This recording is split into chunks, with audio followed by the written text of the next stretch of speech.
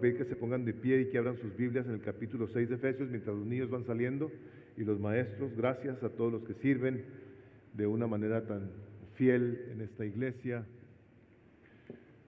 Efesios 6, 14, continuamos con la predicación y el tema que estamos cubriendo, que es guerra espiritual.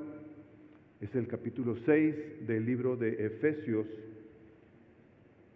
el versículo 14 en delante dice así: Estad pues firmes, ceñidos vuestros lomos con la verdad, y vestidos con la coraza de justicia, y calzados los pies con el apresto del evangelio de la paz.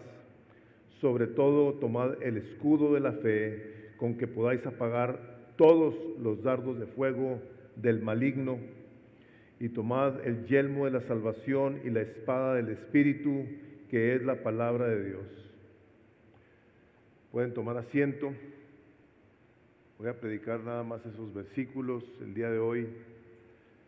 Y hemos visto cómo desde el inicio que Pablo habla acerca de la manera en la que el creyente debe estar informado acerca de la vida de un creyente, cómo debe de reflejar su fe en su casa, en su persona, en su relación con Dios, con los demás, con sus hijos, con la esposa, con el esposo. Y siguiendo el apóstol Pablo, inspirado por el Espíritu Santo, llega el momento en el que de una manera sumamente clara dice él que tomemos la armadura de Dios para que al vivir esa vida que nos dice el apóstol cómo se debe de vivir, la vivamos en un entendimiento que está instruido, que está informado por la palabra de Dios. Sepamos claramente que es una guerra espiritual, que no será necesariamente fácil, que va a ser por el resto de tu vida. Y llega este momento en el que les dice qué es lo que tienen que utilizar para poder estar peleando esta batalla, no en contra de los papás, no en contra de la esposa, no en contra de los hijos, no en contra de los hermanos en la iglesia, en contra de principados y potestades que luchan en contra nuestra de una manera multinivel.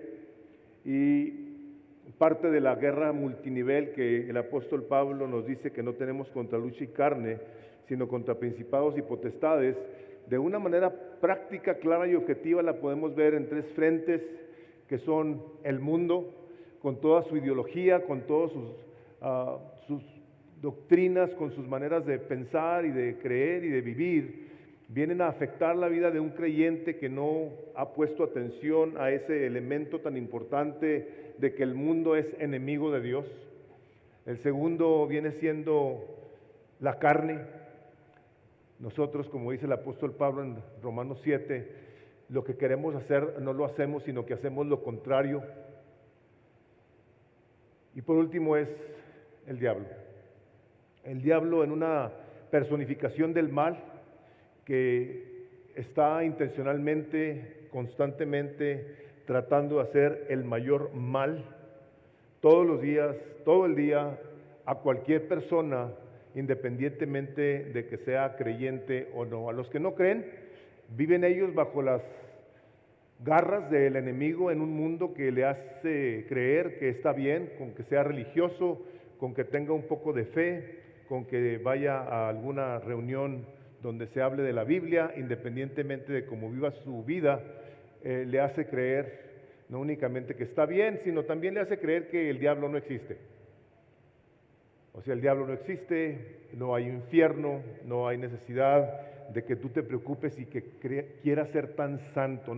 No exageres, no es importante que tú seas piadoso, o sea, ya Cristo te imputó su justicia, ya tú puedes vivir tranquilamente, olvidando que el Espíritu de Dios a través de Pedro nos dice: sed pues santos en toda vuestra manera de vivir, porque Él es santo. Este enemigo de nuestras almas, a la hora de ver que no pudo evitar que nosotros fuésemos parte de la familia de Dios por la soberana gracia de Dios, no pudo impedir que llegásemos a reconocer a Cristo como nuestro Salvador. Va a hacer y ha hecho lo posible y lo imposible por apartarnos de la fe. Él va a hacer lo que tenga que hacer para que tú te conformes con una fe no fundamentada en la palabra de Dios, sino en ti, en tu bondad. Él va a ser intencional en que veas con menor importancia tanto la palabra de Dios como la comunión de los santos. No es importante que tú asistas a la iglesia, no es importante que te congregues, no es importante que tengas devocional, no es importante. Todo está tranquilo. Nosotros podemos fácilmente, como cantábamos en el canto previo al último, saber que hay situaciones en la vida que son bien complejas, bien difíciles, los problemas en ocasiones terribles, pueden fácilmente, y ahora voy a hablar del creyente, pueden crear fácilmente un desánimo, una confusión, inclusive una indiferencia que a la hora que se viven los problemas, los deje pasar sin necesariamente buscar a aquel que le puede librar no tanto de los problemas, sino que pueda crecer en el conocimiento de aquel que le da la sabiduría para saber cómo caminar la vida a través de los problemas, como dice el Salmo 23, aunque ande en un valle de sombra de muerte, no temas. Personas que por las situaciones de la vida, como las vemos ahorita en la televisión, en las noticias, todo lo que leemos y escuchamos, pueden fácilmente estar creando mucha confusión en la gente. En los niños, que ahora ya les van a querer poner en algunos estados su acta de nacimiento sin género en Estados Unidos. No es en otras partes del mundo, es en este país donde se va a promover que los niños nazcan, las niñas nazcan sin que les pongas qué son, para que ellos escojan. Una actitud insensible, indiferente, que puede llevarte al desánimo, y puedes estar tú en ese momento que digas: yo estoy desanimado, estoy confundido, estoy inseguro, no sé qué es la verdad, no sé qué hacer, no sé cuál es lo correcto. Si una persona en la iglesia vive así, te tengo que decir que tú estás o has caído en las garras del enemigo que te ha hecho no saber qué es la verdad.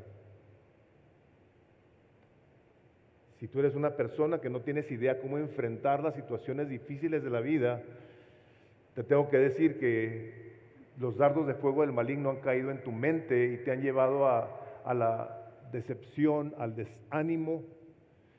Y hermanos, tenemos que recordar que la intención del enemigo va a ser siempre echarnos a perder la vida, arruinar nuestra fe, nuestra relación con Dios.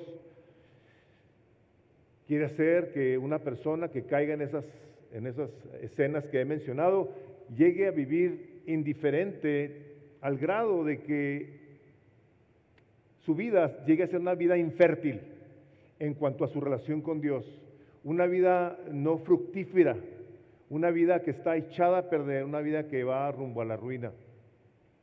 Pero Dios en su misericordia nos habla y nos dice de estos elementos, estos 5 elementos que deben de traernos a sobriedad y no vivir una vida que ignora que la eternidad sin Dios es una vida como la pregunta que hace el doctor John Piper. Dice: ¿quién considera, dice, que las víctimas de esta guerra no solo pierden un brazo o un ojo o una vida terrenal, pero pierden todo, inclusive sus propias almas, y entran en un infierno de tormento eterno? Dice: ¿quién? ¿Quién? Las personas que están descuidadas. Las personas que no le han puesto una atención, que se han creído mentiras, que les han hecho creer que sí van a pasar una eternidad con Dios, a pesar de vivir una vida mundana, una vida doble, una vida en la que creen que porque su religión les ha dicho que si haces una oración y tú le confiesas a Jesús, ya eres salvo independientemente de cómo vivas, sin tomar en cuenta que la palabra de Dios dice claramente que por sus frutos serán conocidos, frutos dignos de arrepentimiento, una vida que genuinamente ha entregado su vida a Cristo, no necesariamente o únicamente lo hace al hacer una oración como la que tanta gente cree que los hizo salvos y vuelven a sus antiguas maneras de vivir.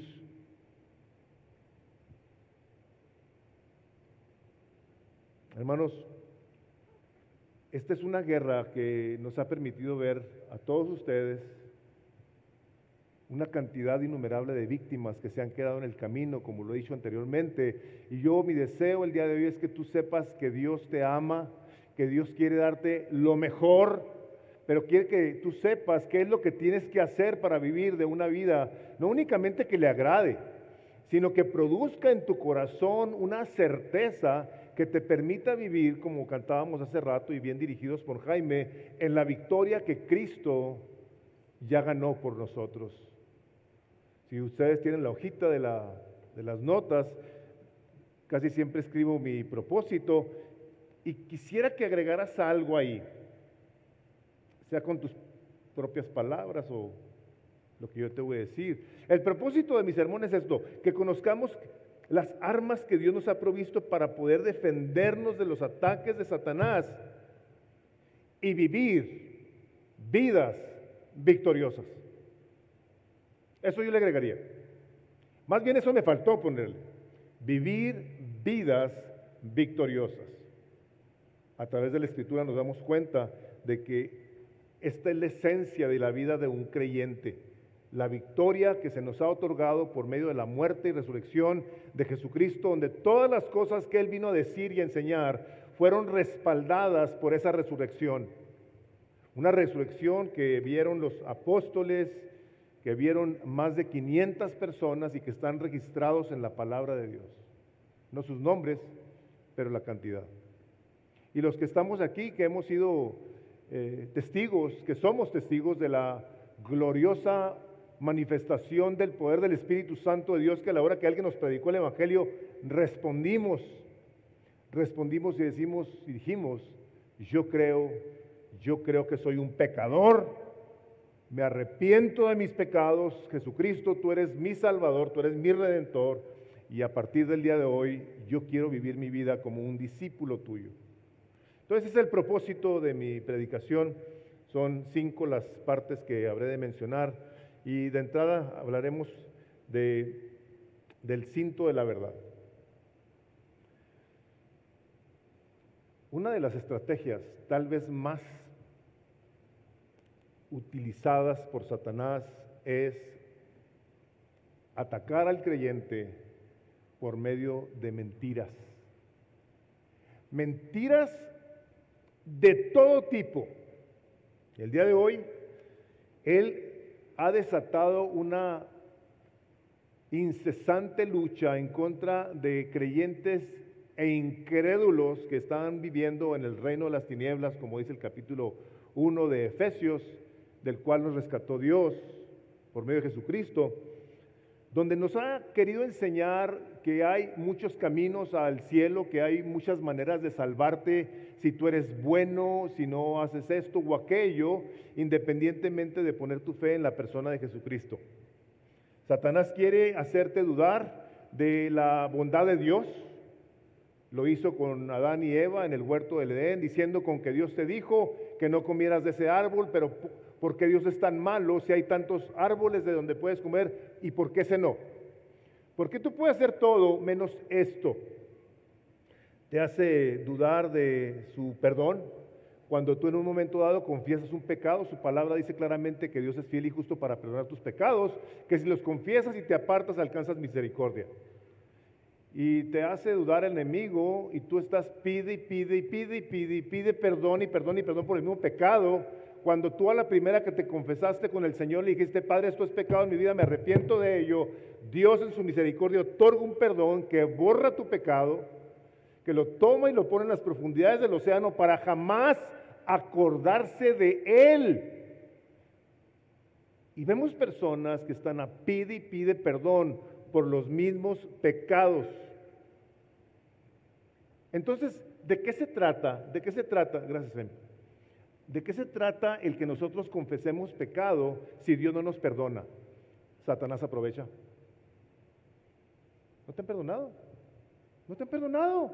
Tienes que seguir pidiendo perdón hasta que te sientas bien mal y entonces a ver si logras tú de alguna manera sobrenatural, mística, subjetiva, experimentar el perdón de Dios cuando su palabra claramente te dice que si lo confiesas y te apartas, alcanzarás misericordia.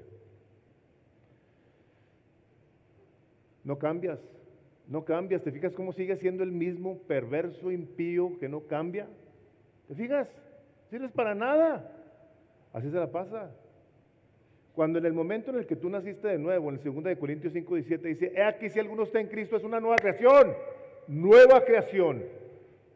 Que traes hábitos del pasado que tienes que empezar a hacer morir, lo tienes que hacer. Tú y yo, como dice la palabra, nos tenemos que examinar para ver qué cosas hay en nuestras vidas que tenemos que cambiar. Cuando alguien te dice algo, un hermano te dice algo, no es para criticarte, te están trayendo a tu atención una gracia para que tú te pongas al tiro y busques de qué manera haces morir lo terrenal en ti, como dice Colosenses 3. Hacer pues morir lo terrenal en vosotros, iras, griterías, palabrerías, todas las cosas que dicen ahí, está lleno de instrucciones. Hazlo morir. Te hace dudar de la gracia de Dios en la que tú no hiciste absolutamente nada para obtener la gracia de Dios. Te hace dudar por medio de confusión de doctrinas, donde gente que el día de hoy ha estado saliendo con una nueva modalidad, en la que ya nada más es Dios y están atacando la Trinidad de una manera aparentemente medio sofisticadona, con argumentos extraños. Y gente está cayendo en este tipo de engaños doctrinales. Cuando claramente tú puedes leer tu Biblia y te encuentras que está el Padre y el Hijo y el Espíritu Santo. Este cinto de verdad no es algo que tú agarras, que tú tomas y te lo pones así. Ay, ahora voy a agarrar el cinto de la verdad. No. Déjenme les digo, este cinto de verdad es algo que nos debe de caracterizar.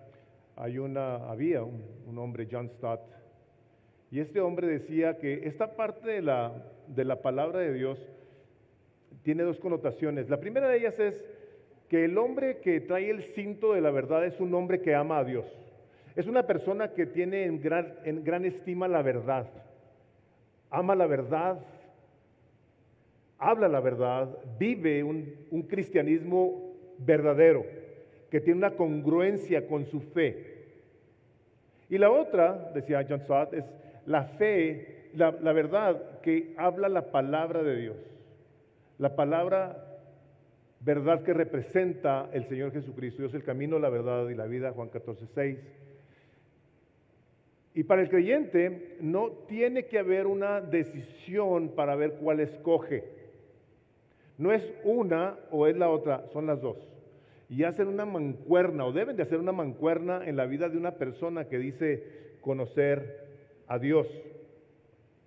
O sea, esta verdad es la que va a traer a nuestra vida, a nuestra mente, la sabiduría necesaria para vivir con una congruencia que refleja verdad.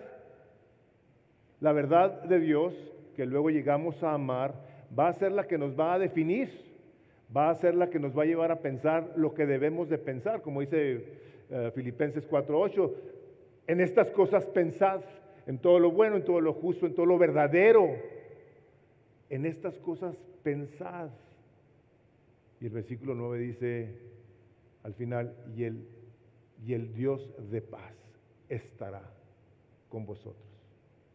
Tú quieres experimentar la presencia de Dios, tú tienes que amar la verdad. Tú tienes que caminar una vida que esté basada en la verdad de Dios. Esta verdad que el día de hoy está en una guerra, como lo ha estado desde un principio. Ustedes recordarán claramente cuando predicamos el capítulo 1 del libro de Romanos, que dice que los hombres cambiaron la verdad de Dios por la mentira. ¿Saben quién es el autor de toda esta decepción? ¿Quién está detrás del hombre? El diablo. El diablo ha querido cambiar la verdad de Dios por la mentira y de hecho la ha torcido al grado que hay cultos Cultos como los testigos de Jehová, los mormones, que tienen la doctrina torcida de una manera bien clara. Ellos, los mormones, dicen que van a ser dioses, y los testigos de Jehová niegan la deidad de Jesucristo. El que niega al Hijo, niega al Padre. No tiene la vida. Dice John MacArthur, dice, es una lucha muy seria para guardar el corazón y el alma con la verdad misma y para desatar esa verdad en contra de los poderes de la oscuridad, con la esperanza de rescatar las almas eternas de los hombres y mujeres que sin darse cuenta han sido atrapados por la trampa del engaño demoníaco. Esta es una guerra, hermanos. O creemos la palabra de Dios, o ya hemos caído en las artimañas del enemigo que nos ha querido convencer de otra cosa, que no es la verdad de Dios. Decía un hombre, dice, si no conoces la verdad, o si no actúas sobre la verdad, aunque menciona el escudo de la fe es impotente. Para tener fe tienes que conocer y responder a la verdad. La verdad es fundamentalmente el punto de vista de Dios sobre todo asunto. Él es el alfa y el omega. Lo que Dios dice, eso es. Y la pregunta que nosotros nos debemos de plantear es esta: ¿es la verdad de la palabra de Dios lo que gobierna mi vida?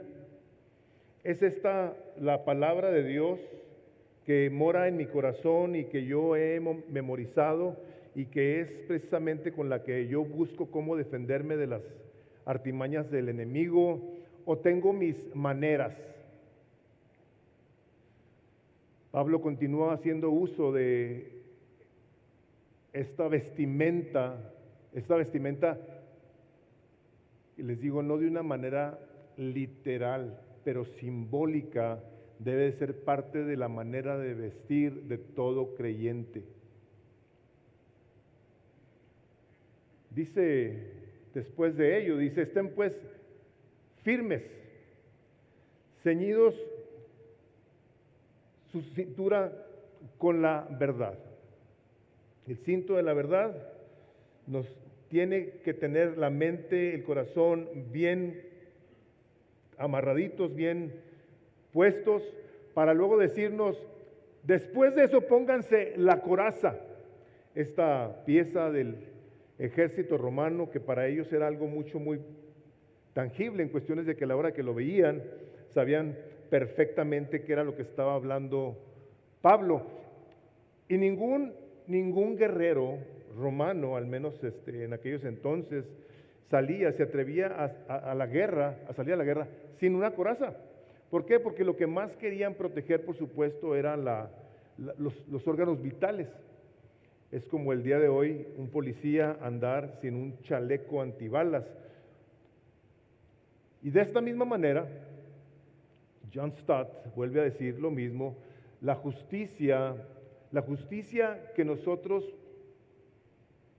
tenemos que ver cómo se aplica a nuestras vidas, cómo la tenemos que usar, es igual. Una es la justicia que Cristo Jesús nos ha imputado. Si tú eres una persona que le ha entregado su vida al Señor Jesucristo, tú te has arrepentido de tus pecados, ahora vives en la fe del Hijo de Dios, Cristo Jesús te ha regalado su justicia. Entonces, por lo tanto, tú traes una justicia que tú traes sin haber hecho absolutamente nada. Dios te la regaló. Tú eres declarado justo de una manera judicial ante el Padre por los méritos de Jesús. ¿Ok? Y la otra es la justicia de Dios. Dios es justo, Dios es misericordioso, Dios es santo, perfecto, Dios es todo lo que nosotros podemos conocer acerca de la justicia perfecta de Dios, que el día de hoy no la vemos en su totalidad, pero que vamos a verla cuando estemos con Él en el cielo.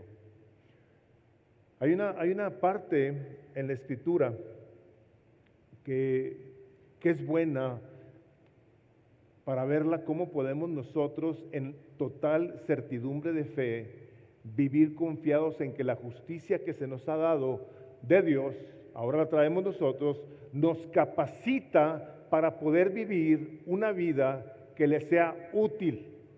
Como dice la palabra, una persona que se limpia de estas cosas será útil. Bueno, si no tenemos la justicia de Dios, la justicia de Cristo imputada a nosotros no podemos serle útil. Y les voy a leer de una parte del libro de Zacarías, del capítulo 3. Gustas, lo puedes buscar, te lo voy a leer. Está Satanás acusando a Josué delante de Dios. Dice el libro de Apocalipsis que el acusador de los hermanos, o sea, Satanás se la pasa acusándonos delante de Dios. Mira fulano, mira sutana, mira perengano, mira este, mira. O sea, eso es lo que se pasa haciendo el diablo y tentando y provocando al creyente a que se desanime y todas las cosas que ya les dije. Me mostró al sumo sacerdote Josué, el cual estaba delante del ángel de Jehová, y Satanás estaba a su mano derecha para acusarle. Y dijo Jehová a Satanás: Jehová te reprenda, o Satanás, Jehová que ha escogido a Jerusalén te reprenda. ¿No es este un tizón arrebatado al incendio? O sea, le está diciendo el Señor a Satanás: ¿no es Josué una persona que sacamos del incendio, de la lumbre? Y Josué estaba vestido de vestiduras viles y estaba delante del ángel. Y habló el ángel y mandó a los que estaban delante de él diciendo: quitadle esas vestiduras viles. Y a él le dijo: mira que he quitado de ti tu pecado y te he hecho vestir de ropas de gala. Después dijo: pongan mitra limpia sobre su cabeza, o sea, un turbante limpio sobre su cabeza. Y pusieron un turbante limpio sobre su cabeza y le vistieron las ropas. Y el ángel de Jehová estaba en pie, y el ángel de Jehová amonestó a Josué diciendo, ahí tienen en sus notas el versículo: así dice Jehová de los ejércitos, si anduvieres por mis caminos y si guardares mis ordenanzas, también tú gobernarás mi casa, también guardarás mis atrios, y entre estos que aquí están, te daré tu lugar. ¿Qué hizo Josué para que se le vistiera con la ropa limpia de Jesús? Nada. Satanás llegó a acusar, Dios extiende gracia y misericordia, cambia las vestiduras de Josué, y una vez que se ha imputado la justicia de Dios a la persona de Josué, le dice: ahora me puede servir. Hombre, lo ha hecho Dios en su misericordia y te ha vestido ahora con la justicia de Jesucristo. Tú ahora puedes servir a Dios con total libertad, porque no únicamente tienes la justicia de Cristo, sino que ya conoces la verdad de Dios. Puedes hablar ahora con una certeza, puedes hablar ahora con tranquilidad, sabiendo que tus palabras son el resultado de tu conocimiento del Rey que te mandó a que tú lo representaras en la tierra. Tú eres ahora un embajador de Cristo aquí en la tierra. Lo vistió el Señor con una ropa hermosa, y eso es precisamente lo que Jesús ha hecho contigo. Y si tú no lo conoces, es lo que Él quiere hacer en tu vida. Él quiere cambiar tus vestiduras de vergüenza, de suciedad, por unas limpias, que vienen a ti por medio de la gracia de Dios, y que puedes tú entender a través de lo que está escrito en su palabra, como te mencionaba de 2 de Corintios 5:17, es una nueva creación, vestida con las vestiduras de Cristo. La contraparte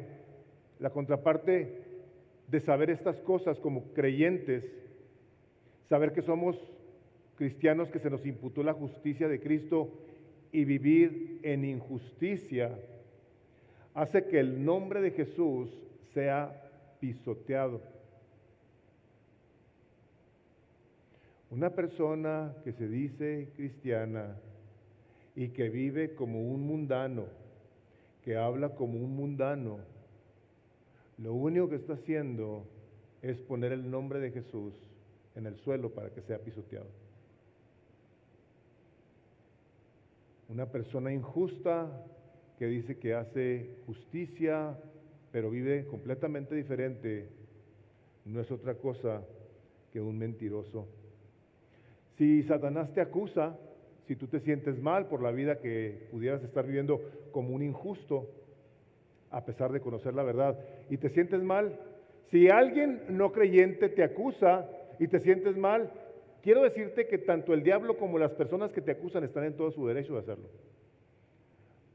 Porque son enviados por Dios para que recapacites si la manera de pensar y de vivir está reflejando lo que dices. Continúa el apóstol diciendo, tus pies tienen que estar calzados.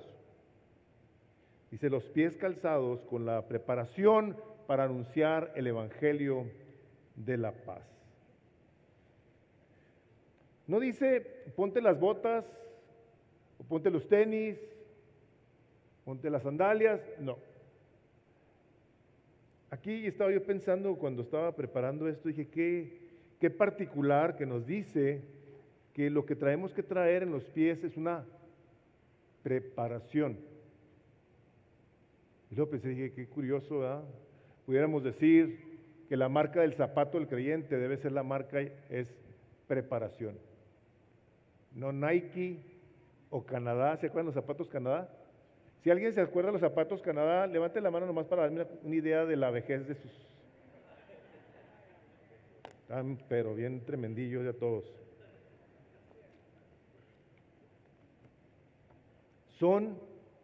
Es preparación. El creyente, si algo tiene que tener, es que tiene que estar preparado. La primera carta de Pedro, versículo 15 del capítulo 3 de Pedro dice, estad siempre preparados para presentar defensa con mansedumbre y reverencia de todo aquel que demanda una razón de la esperanza que hay en nosotros. Estad siempre, no de vez en cuando, siempre. Una persona que no está preparada, y estaba yo pensando en las analogías de mi vida, yo soy una persona que mis pies son muy sensibles. O sea, yo ando todos los días con calcetines y zapatos, nomás si me baño me quito los calcetines. Yo no puedo andar sin calcetines porque mis piecitos hermosos, cualquier cosa que toquen, sienten así que... Y de repente veo personas que caminan sobre piedras, que andan corriendo ahí como si nada. Digo yo, o sea, me llama la atención que hay personas que pueden muy fácilmente andar arriba de piedras y en el pavimento caliente y corriendo.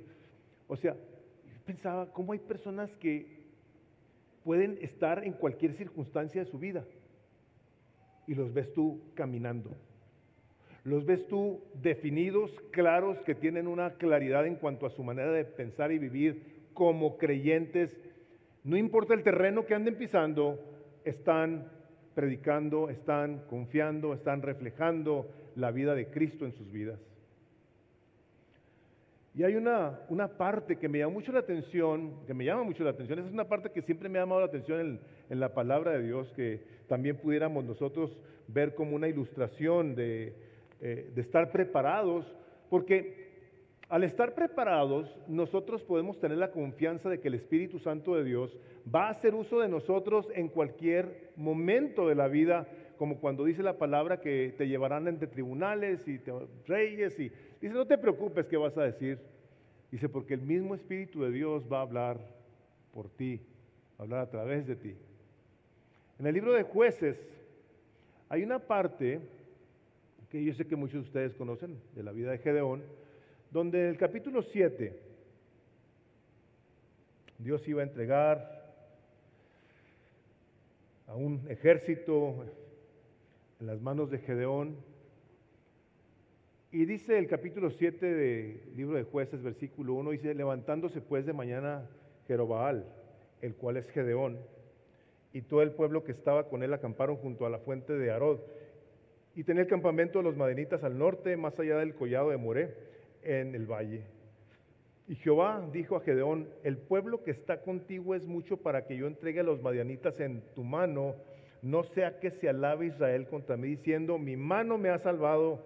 Ahora pues haz pregonar a oídos del pueblo, diciendo, Quien tema y se estremezca, madrugue y devuélvase desde el monte de Galad. Y se le devolvieron de los del pueblo 22,000, quedaron 10,000. Salieron 32,000 personas y el Señor dice, a los que les tiemblen las piernas se pueden devolver. 20,000. Dios en su soberanía estaba diciendo, yo no quiero que el pueblo confíe en sí mismo, como nos sucede el día de hoy a nosotros, y podemos llegar a creer que somos casi invencibles. Le dice en el siguiente versículo, dice, váyase.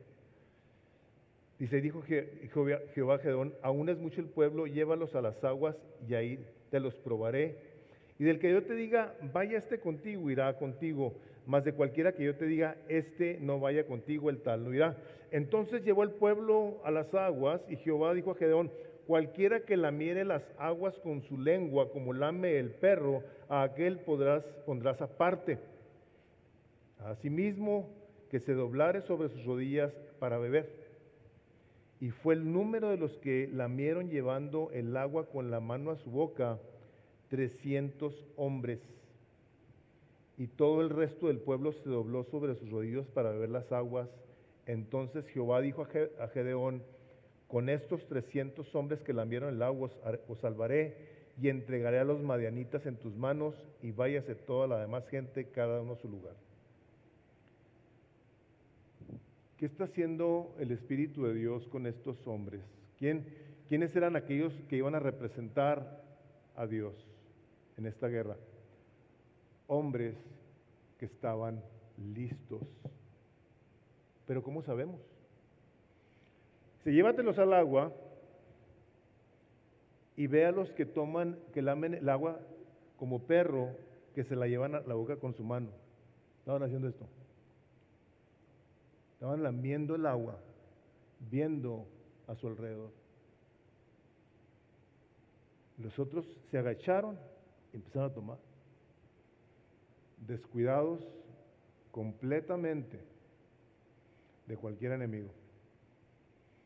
Son 300, con esos los vas a acabar. Y efectivamente eso fue lo que pasó. Una persona que está preparada, que trae el calzado, trae la armadura de Dios, es una persona que está alerta de que tiene un enemigo. Hermanos, tenemos un enemigo que anda como león rugiente. Hasta eso quiere imitar de Jesús. Al león de Judá lo quiere imitar como león rugiente. Un león quiere asustarte, quiere que estés atemorizado, pero el hombre de Dios tiene que estar listo, alerta, sobrio, vigilante, que no se quita la armadura. Charles Spurgeon, creo que fue él, que dijo,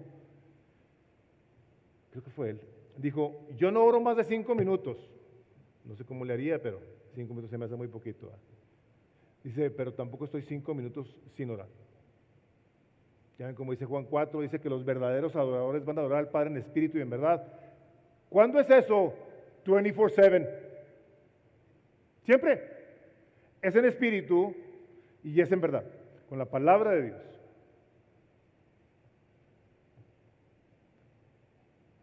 Muchos cristianos tienen en su nota por la falta de conocimiento, muchas ocasiones, por la falta de conocimiento. Los cristianos oran para obtener victoria, cuando su oración debiera partir del hecho de que ya son victoriosos, la guerra ya ha sido ganada por nuestro Salvador en la cruz.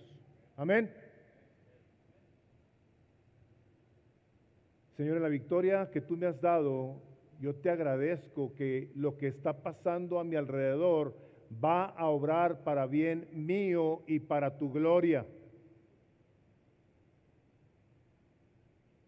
Nosotros tenemos la plena convicción de que somos victoriosos. 1 Corintios 15:57 dice, mas gracias sean dadas a Dios que nos da la victoria por medio de nuestro Señor Jesucristo. Cuando hoy nos da la victoria. Cada día que nosotros andamos en el Espíritu de Dios, andamos en victoria y estamos llenos del Espíritu de Dios, y nos pide la palabra que seamos más llenos del Espíritu de Dios para que podamos tener los ojos bien abiertos, los oídos igual, el corazón sensible, nuestra mente y corazón afiladas para darnos cuenta del asalto que hay en contra nuestra el día de hoy.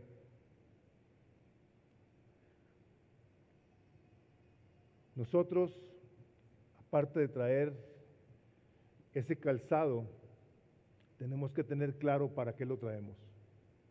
Dice, para anunciar el Evangelio de la paz. No nomás es estar preparados, sino saber para qué estamos preparados. Estamos preparados para anunciar las buenas nuevas del Evangelio de Dios.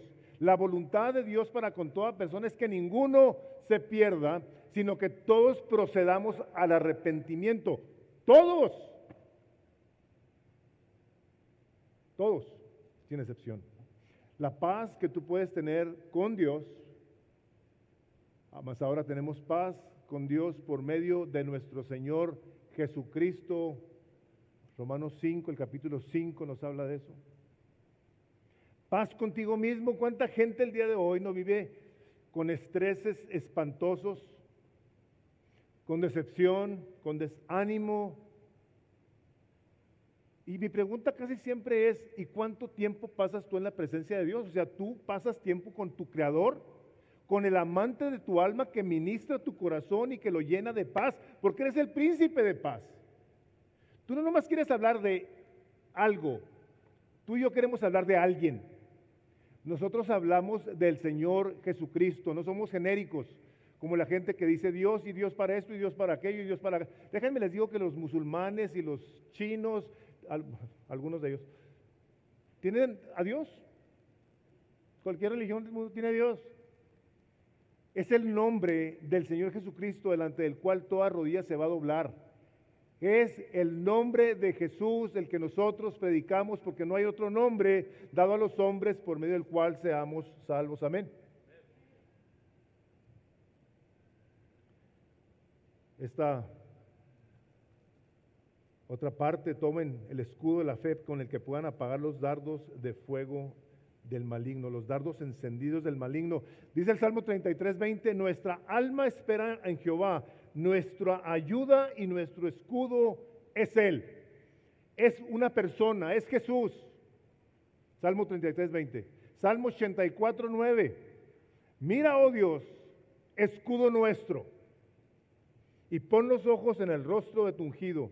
Versículo 11 dice, porque sol y escudo es Jehová Dios, gracia y gloria dará Jehová, no quitará el bien a los que andan en integridad. Una vez más, la congruencia de la verdad.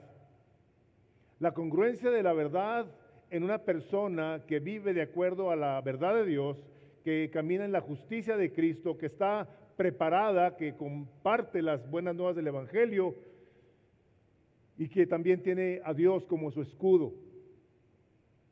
Cuando nosotros hablamos del escudo, estamos hablando de la fe que tenemos en la persona de Dios, en la persona de su Hijo Jesucristo. Estamos hablando de la presencia de Dios mismo en nuestras vidas. Cuando venimos a plantar esta iglesia, recuerdo que decía, Señor, si tú no vas con nosotros, yo no voy a ir. Te suplico, por favor, que nos muestres tu mano, tu poder, tu gracia, tu favor. Y antes de que viniéramos aquí, ya estábamos viendo la evidencia de todas esas cosas y mucho más para con nosotros. Es nuestra confianza en su misericordia para con nosotros, de tal manera que creemos lo que Él ha dicho. Eso es nuestro escudo. Esa es la manera en la que un creyente sabe que a la hora de que viene el ataque despiadado del diablo, voltea con su Salvador y le dice, Señor, gracias te doy, porque esto fue lo que dijiste y yo lo creo. Y en eso me sostengo, porque es la palabra, es la roca de mi salvación.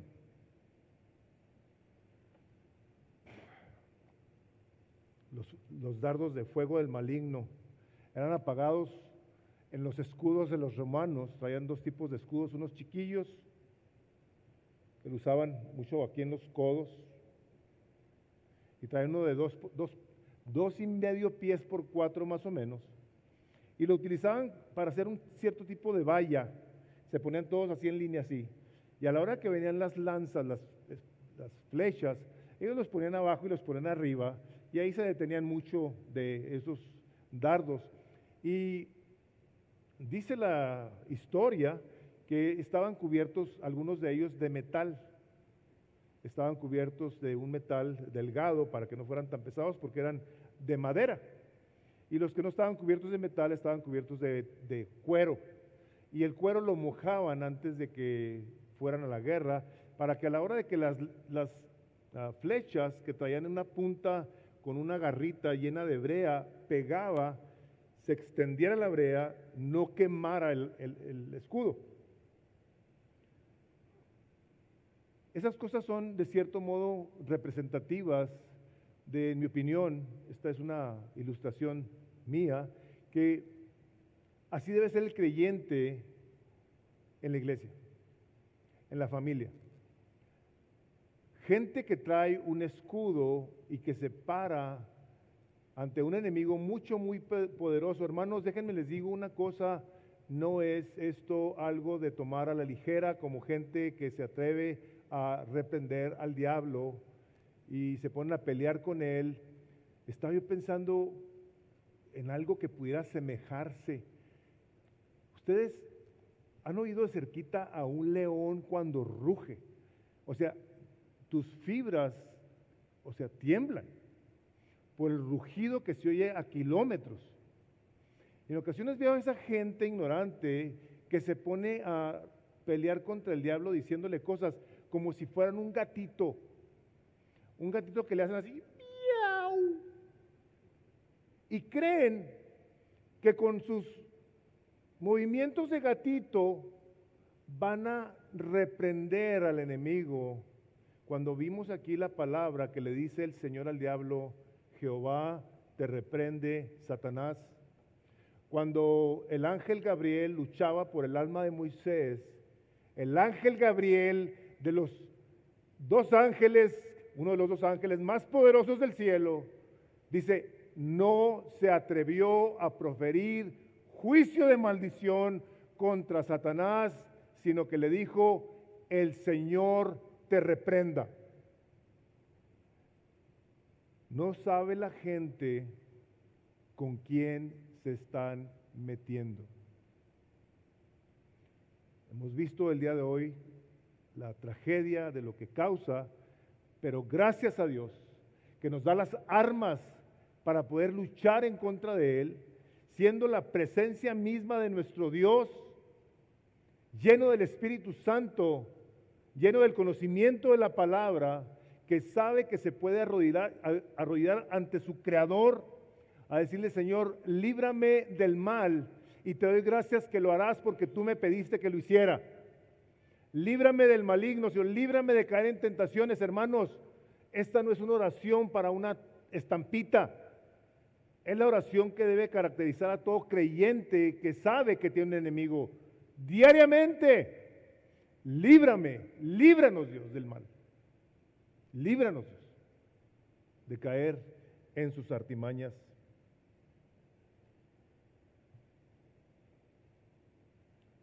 Por último, antes de pasar al arma de defensa, se tomen también el casco de la salvación. ¿Qué es esto? ¿Qué representa un casco de salvación? Bueno, representa el hecho de que Dios nos ha dado una esperanza de salvación. Alguien diría, es que ¿sabes qué? Que el casco de la salvación quiere decir que nosotros ya estamos salvos. Sí, estamos salvos, claro que sí. La palabra de Dios se explica, se entiende con la palabra de Dios. A eso le llama la hermenéutica. Nosotros tenemos que saber cómo discernir, cómo entender la palabra de Dios. Pero no únicamente en esta parte de la Escritura habla del casco de la salvación. En 1 Tesalonicenses 5:8, Pablo escribiéndoles, les dice a los tesalonicenses, pero nosotros que somos del día, fíjense la relación, que somos del día, seamos sobrios, habiéndonos vestido con la coraza de fe y de amor y con la esperanza de salvación como casco. Entonces, la esperanza de salvación. Si estamos esperando algo, entonces quiere decir que no lo tenemos. Sí tenemos la salvación, pero aquí el Espíritu de Dios quiere que tengas claro una cosa, que van a venir en tu contra situaciones sumamente difíciles, pero tú al saber que Dios te ha salvado el día de hoy, te salvó cuando creíste y te va a salvar en ese día glorioso del juicio, tú independientemente de las cosas que vayas a pasar en la vida, tú tienes una esperanza gloriosa. Eso es lo que la palabra de Dios quiere que sepamos en la mente. Sed pues transformados en la renovación de vuestro entendimiento para que comprobéis cuál sea la buena, perfecta voluntad de Dios. Romanos 12:2. Él quiere que tú estés renovado, que tengas claro que Dios te va a guardar en medio de cualquier ataque y situación del enemigo. Por eso dice que la paz de Dios, que sobrepasa todo entendimiento, guardará vuestros corazones y vuestros pensamientos en Cristo Jesús. Filipenses 4:7. La paz de Dios que sobrepasa todo entendimiento guardará vuestros pensamientos y vuestros corazones en Cristo Jesús. Él lo ha prometido. El apóstol Pablo decía que estamos atribulados en todo, mas no angustiados, en apuros, mas no desesperados, perseguidos, mas no desamparados, derribados, pero no destruidos, hermanos. Somos más que victoriosos por medio de Jesús, como dice Romanos 8:37. Ante en todas estas cosas somos más que ¿qué? Que vencedores por medio de aquel que nos amó y se entregó a sí mismo por nosotros. Conocimiento y pensamientos respaldados por la palabra de Dios serán el resultado de saber que Dios no únicamente nos ha salvado, sino que nos guardará todos los días de nuestra vida hasta el día de Jesucristo. Una persona que está informada por la palabra de Dios tendrá su fe puesta en la palabra de Dios, que pasamos a esta última parte en donde el Espíritu de Dios nos dice y que tomemos la espada del Espíritu, que es la palabra de Dios. Todas las otras partes de esta armadura son defensas, son para defendernos. Esta es para atacar. No nos está diciendo que nos vayamos a pelear contra nadie espiritual. No te metas en ese terreno. Escúchame, no te metas ahí. No hay una parte en la Escritura que nos diga que vayamos nosotros a pelearnos. Dice que tenemos lucha contra ellos, pero que tú te sometas a Dios, lo resistas. ¿Cómo? Obedeciendo la palabra de Dios, dice, y Él huirá de vosotros. La armadura de Dios, ante todas las acusaciones que el enemigo use en nuestra contra, todo el engaño que el diablo le ha hecho creer a las personas en las iglesias, toda su despiadada maldad, su incesante deseo es querer destruir la palabra de Dios. Ahora, Él nos ha dado la espada del Espíritu, que es la palabra de Dios. Esta no es, tal vez, acaso, por si acaso, esta es como dice Hebreos 4:12, porque la palabra de Dios está viva y eficaz y es más cortante que toda espada de dos filos, que penetra y discierne las intenciones del alma y del corazón. Esta palabra que aquí dice, así ha dicho el Señor, es la palabra de Dios. Punto. No hay con que, ¿será cierto? No será, es la palabra de Dios. Esto es lo que salió de la boca de Dios. Ahora, en esta parte que hablamos aquí de Efesios, hay dos maneras o dos palabras, dentro de las otras muchas palabras que hay en el griego y en el hebreo, sobre lo que es la palabra de Dios. Hay una palabra que se llama logos, que la podemos leer en el capítulo 1 de Juan. En el principio era el logos, y el logos estaba con Dios, y el logos era Dios, y el logos se hizo carne y habitó entre nosotros. Ese es logos. aquí en esta parte de la epístola Paulina es Jesús, la persona de Jesús. Otra palabra que se utiliza es la palabra rema. Rema son los dichos, son declaraciones que nosotros tenemos escritas. Juan 3:16, porque de tal manera amó Dios al mundo que ha dado su Hijo unigénito para que todo aquel que le crea no se pierda, sino tenga vida eterna. Ese es rema, está declarado, está escrito, no tenemos duda, no lo podemos poner en tela de juicio. Romanos 3:23, por cuanto todos pecaron y están destituidos de la gloria de Dios, eso es palabra de Dios. Todos hemos pecado y estamos destituidos de la gloria de Dios, a menos que vengamos al conocimiento de Jesucristo. Cuando se presenta Satanás con Jesús en el desierto, él viene a usar el rema. El rema de las palabras que están escritas, y las cosas más usadas por el diablo es la duda. Si tú eres el Hijo de Dios, entonces dile a estas piedras que se conviertan en pan. El Logos, el Hijo de Dios, aquí de una manera muy práctica, muy clara, le contesta y le dice: Satanás, no importa si el hombre tiene o no pan para comer. Lo que importa aquí, Satanás, es que crea o no a la palabra de Dios y viva por ella. Viene a tentarlo y a decirle: haz un milagro. Como la gente que el día de hoy, en una desesperada necesidad, puede pedirle a Dios que haga milagros para creer en Él. No, hermanos, es al revés. La palabra de Dios es el milagro. Jesús es el milagro. Nosotros vivimos un milagro del nuevo nacimiento.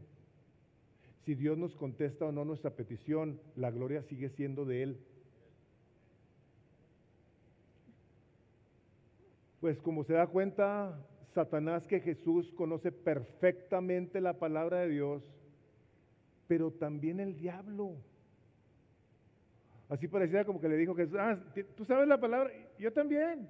¿Y sabes qué, Jesús? Mira, yo andaba leyendo la Biblia y me topé con el Salmo 91, en el que te dice así: mira, ¿sabes qué, Jesús? Aviéntate al cabo, a sus ángeles mandará para que te cachen. Jesús, de una manera sabia y perfecta, le dice: Satanás, a Dios no lo tientas. No es Dios el que está a prueba aquí, soy yo.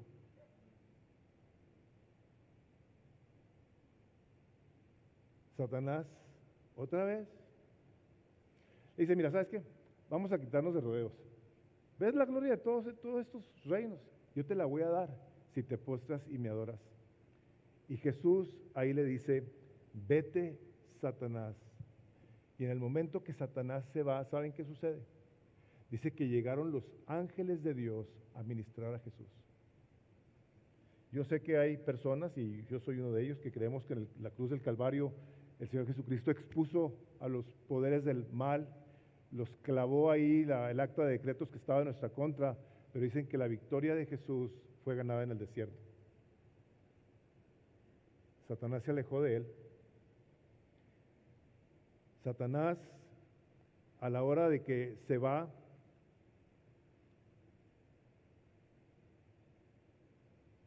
no deja eventualmente a Jesús. Y si el Señor Jesucristo pasaba tiempo orando y conociendo la palabra de Dios, siendo el santo, justo, perfecto, irreprensible Hijo de Dios, que no había absolutamente nada que el diablo le pudiera echar en cara, imagínense nosotros, ¿cuánto más no necesitamos conocer la palabra de Dios? Tú y yo creemos que de una manera superflua tenemos como para poder resistir los dardos de fuego del maligno. Hermanos, miles y miles de personas han pasado por iglesias cristianas porque tienen un conocimiento superfluo de la palabra de Dios. Oran en el carro cuando se van al trabajo y eso porque de repente se les atraviesa a alguien y les pita. Si el Hijo de Dios se levantaba a orar y a pasar tiempo con su Padre, ¿cuánto más nosotros? ¿Cuánto más tú y yo, que el día de hoy estamos completamente vulnerables por tanta noticia, tanta información que ha hecho tanto daño? Vemos a los jóvenes, a nuestros hijos, afectados por el internet, con nuestro permiso. Nosotros mismos adultos, que en ocasiones del internet sacamos nuestro devocional, si es que se le puede llamar devocional, no sé, no creo. Puse este recuadro aquí. Satanás no huirá de nuestras vidas porque tenemos un conocimiento ligero o superfluo de la Biblia, ni tampoco nos dejará porque le digamos que nos deje. La única manera, bíblicamente hablando, es hacerlo como lo hizo el Señor Jesucristo, resistirlo con y por la palabra de Dios. Hermanos, cuando la palabra de Dios ha llenado nuestras vidas, ha llenado nuestro corazón, tenemos entonces sabiduría, tenemos entonces poder por la persona del Espíritu Santo que nos permite conocer por dónde nos ha de llevar el Espíritu de Dios. Podemos identificar con mayor facilidad los dardos de fuego del maligno. Podemos identificar las tentaciones que está completamente presentándonos. Si al Hijo de Dios lo tentó para que el Hijo de Dios pusiera a prueba a Dios, ¿cuántas veces tú y yo no habremos puesto a prueba a Dios diciéndole, Señor, si eres Dios, entonces haz esto? Cuando la prueba que se está viviendo es para nosotros, para perfeccionar nuestra fe más preciosa que el oro. Una fe que representa al Hijo de Dios en la tierra, en cada uno de nosotros, al vivir de una manera congruente con lo que decimos que somos y que creemos. Tendremos entonces la manera de poder identificar al ángel de luz, que es el mismo diablo, y que se viste de esa manera para engañar, si es posible, como dice el Evangelio, aún a los escogidos. Les he dicho muchas veces esto y se lo vuelvo a decir. Muchas cosas, hermanos, huelen a Dios, se sienten de Dios, parecen de Dios, saben a Dios y no son de Dios. Cierro con esto. La palabra de Dios es cautivante. Hermanos, ¿cuántas veces no hemos estado nosotros en una predicación donde decimos lo único que falta que diga el pastor es mi nombre?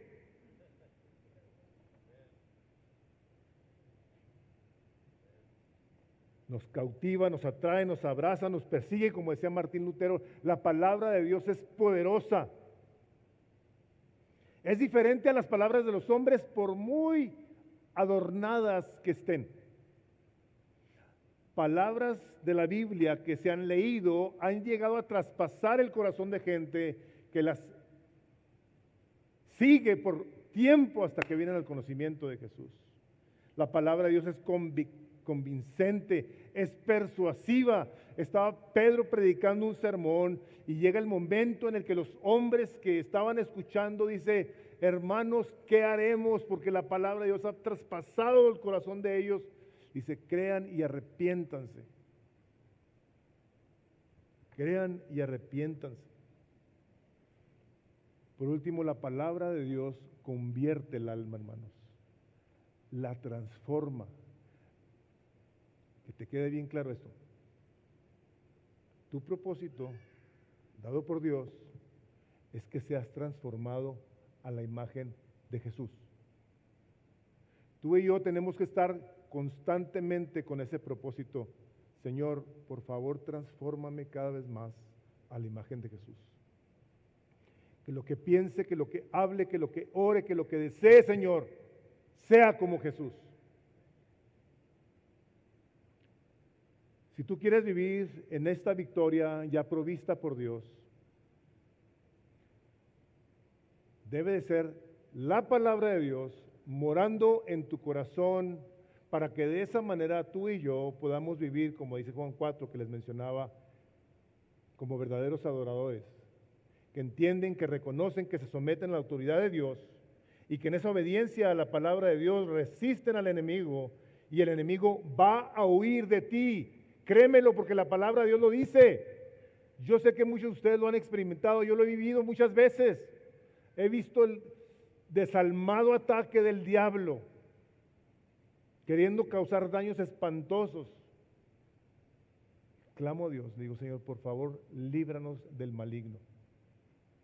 Si tú lo conoces y tú no vives como un guerrero que está vestido 24/7, ante esos ataques, a lo mejor estás muy descuidado.